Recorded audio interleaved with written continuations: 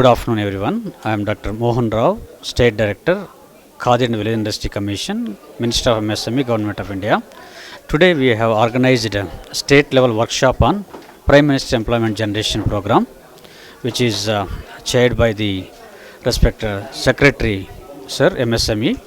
So the purpose of this meeting workshop is to educate and to analyze, to discuss about the better implementation of the scheme in the state of Karnataka.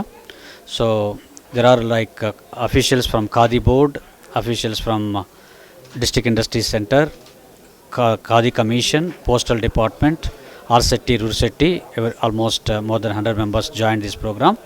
So the purpose, what I said, better implementation to reach more and more people to resolve the issues in the implementation of the PMUG scheme. I request all the people to utilize the scheme and get benefit, so that this is a scheme where is a flagship program. Entire nation we are implementing, particularly in Karnataka. Most of the young people are getting benefit out of this scheme. So a lot of up to 35% subsidy we are providing every year. Every year almost 5,000 units we are establishing, 45,000 employment generating through this scheme. So I request all the public utilize this scheme. Thank you so much. ಎಲ್ಲರಿಗೂ ನಮಸ್ಕಾರ. ವೆಂಕಟೇಶ್ ಅಂತ, CEO khadi board. So ಇವತ್ತು KVIC ಅವರು ಒಂದು ಉತ್ತಮವಾದ ಕೆಲಸ ಮಾಡಿದ್ದಾರೆ. State level workshop organise ಮಾಡಿದ್ದಾರೆ. ಸೊ ಇದರಲ್ಲಿ DIC ಜಾಯಿಂಟ್ ಡೈರೆಕ್ಟರ್ಗಳು ರಾಜ್ಯ ಮಟ್ಟದಲ್ಲಿ ಮತ್ತು khadi board officers, coir board, KVIC officers ಎಲ್ಲ ಭಾಗವಹಿಸಿದ್ದಾರೆ. ಸೊ ಈಗ ಉದ್ದೇಶ ಏನಂದರೆ, ಸರ್ಕಾರ ಎಲ್ಲರಿಗೂ ಸರ್ಕಾರಿ ಕೆಲಸ ಕೊಡ್ಸೋಕ್ಕಾಗಲ್ಲ. ಹಾಗಾಗಿ ಕೆಲವು ಯೋಜನೆಗಳನ್ನ ಜಾರಿಗೆ ತಂದಿರುತ್ತೆ. ಸೊ ಇದೆಲ್ಲ ತರದೆ ಹೋದರೆ ಇವತ್ತಿನ ಯುವಕರನ್ನ ನಾವು ಇನ್ವಾಲ್ವ್ ಮಾಡಿಲ್ಲ ಅಂದರೆ they become anti social elements. So ಹಂಗಾಗಿ ಅವರು ಸಮಾಜಕ್ಕೆ ಆಸ್ತಿ ಆಗಬೇಕಾಗುತ್ತೆ. ಆ ನಿಟ್ಟಿನಲ್ಲಿ ಈ PMEGP ಲೋನ್ ಏನಿದೆ ಅದನ್ನು ತುಂಬ ಚೆನ್ನಾಗಿ ಉಪಯೋಗಿಸ್ಕೊಂಡ್ರೆ ಗೌರ್ಮೆಂಟ್ ಕೆಲಸಕ್ಕೆ ಹೋಗೋ ಬದಲು ಅವರೇ ಇನ್ನೊಂದು 10 ಜನಕ್ಕೆ ಕೆಲಸ ಕೊಟ್ಟು ಸರ್ಕಾರಕ್ಕೆ ಆಸ್ತಿ ಆಯ್ತಾರೆ. ಅವರೇ GST ಕಟ್ತಾರೆ, ಅವರೇ ಇನ್ಕಮ್ ಟ್ಯಾಕ್ಸ್ ಕಟ್ತಾರೆ. ಆಮೇಲೆ ಒಂದು 4 ಕುಟುಂಬನ ನಾನು ಸಾಕ್ತಾ ಇದ್ದೀನಿ ಅನ್ನೋ ನೆಮ್ಮದಿ ಇರ್ತದೆ. ಸೊ ಆ ನಿಟ್ಟಿನಲ್ಲಿ KVIC ಅವರು ತುಂಬ ಚೆನ್ನಾಗಿ ಮಾಡಿ. ಸೊ ಈಗ ಏನಾಗಿದೆ, ಬ್ಯಾಂಕರ್ಸು ಎಲ್ಲ ಟಾರ್ಗೆಟ್ನು ಅಚೀವ್ ಮಾಡಿದ್ದಾರೆ ಆಲ್ಮೋಸ್ಟ್ ಆಲ್ರೆಡಿ. ಏನು ಮಾರ್ಚ್ವರೆಗೆ ಅಚೀವ್ ಆಗಬೇಕಾಗಿತ್ತು ಅಷ್ಟು ಎಲ್ಲ 3 ಏಜೆನ್ಸಿಗೂ ಅಚೀವ್ ಆಗಿದೆ. ಸೊ ಹಂಗಾಗಿ ಈ ನಿಟ್ಟಿನಲ್ಲಿ ಏನಾದ್ರು ಪ್ರಾಬ್ಲಮ್ಸ್ ಇದ್ದರೆ ಆಫೀಸರ್ಸು 1-to-1 ಡಿಸ್ಕಸ್ ಮಾಡೋದಕ್ಕೆ ಇದೊಂದು ಒಳ್ಳೆ ವೇದಿಕೆ. ಸೊ ಹಂಗಾಗಿ ಇದು ಎಲ್ಲರೂ ಉಪಯೋಗ ತಗೊಂಡಿದ್ದಾರೆ. ಸೊ ಅಲ್ಲಿ ಇಲ್ಲಿ ಒಂದು ಸಣ್ಣ ಪುಟ್ಟ ಪ್ರಾಬ್ಲಮ್ಸ್ ಬಿಟ್ಟರೆ ಬಾಕಿದು ಯಾವುದೂ ಇಲ್ಲ. ಅದು ತುಂಬ ಚೆನ್ನಾಗಿ ಸ್ಕೀಮ್ ಇಂಪ್ಲಿಮೆಂಟ್ ಆಗಿದೆ.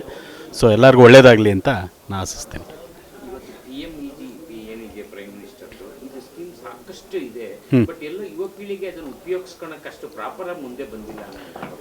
ಇಲ್ಲ ಸರ್, ಇದು ತಪ್ಪು ಅಭಿಪ್ರಾಯ.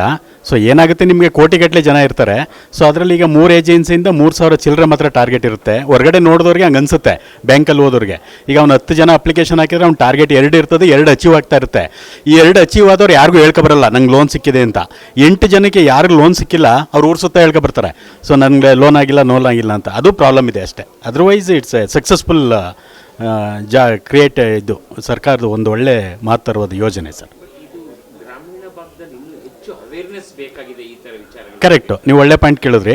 ಗ್ರಾಮೀಣ ಭಾಗದಲ್ಲಿ ಏನಾಗಿದೆ, ಅದಕ್ಕೆ ಸರ್ಕಾರ ಏನು ಮಾಡಿದೆ, ಇಲ್ಲಿ 25% ಸಬ್ಸಿಡಿ ಕೊಟ್ಟರೆ ಗ್ರಾಮೀಣ ಭಾಗದಲ್ಲಿ 35% ಸಬ್ಸಿಡಿ ಕೊಡ್ತಾ ಇದ್ದಾರೆ. ಸೊ ಅವ್ರೂ ಒಂದು ಬ್ಯಾಂಕ್ ಸ್ಟೀಮ್ ಬರಲಿ ಅಂತ. ಸರ್ಕಾರದ ಉದ್ದೇಶ ಏನಂದರೆ, ನಾವು ಅವಾಗಲೇ ಹೇಳ್ದಂಗೆ ಯುವಕರು ಇದರಲ್ಲಿ ಬರಬೇಕು ಅಂತ.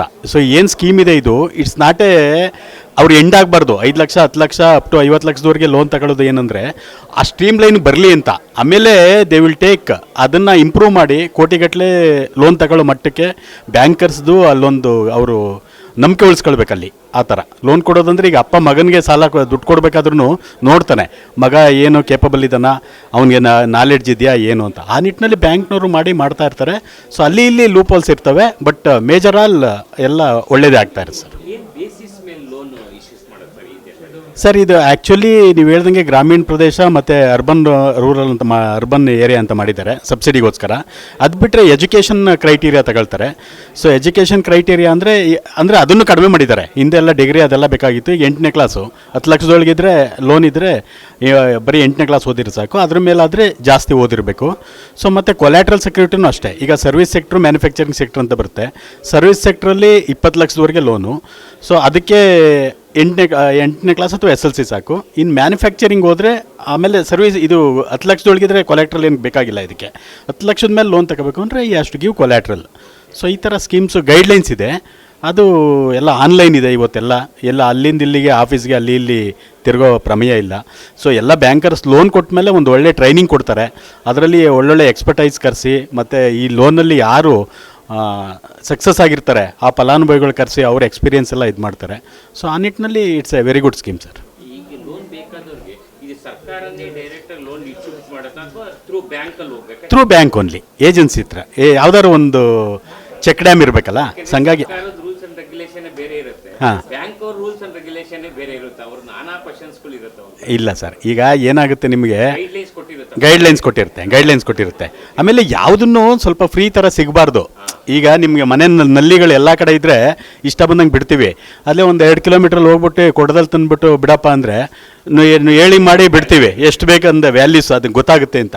ಅದಕ್ಕೆ ಈ ಸ್ಕೀಮ್ಸಲ್ಲಿ 10% ಅವರು ಹಾಕಬೇಕು.